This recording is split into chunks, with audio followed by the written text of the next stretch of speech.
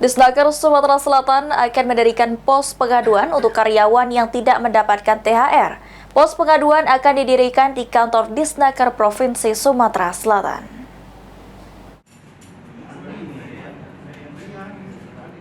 Pos pengaduan terkait THR akan didirikan pemerintah Sumatera Selatan untuk karyawan yang tidak dipenuhi hak THR-nya oleh perusahaan. Nantinya karyawan bisa langsung membuat pengaduan ke posko yang akan didirikan di kantor Disnaker Sumatera Selatan. PLT Kadisnaker Sumatera Selatan Edward Chandra mengatakan, meskipun posko pengaduan akan dibuka, namun pihaknya masih menunggu keputusan dari pemerintah pusat terkait tanggal minimal dan maksimal pembayaran THR.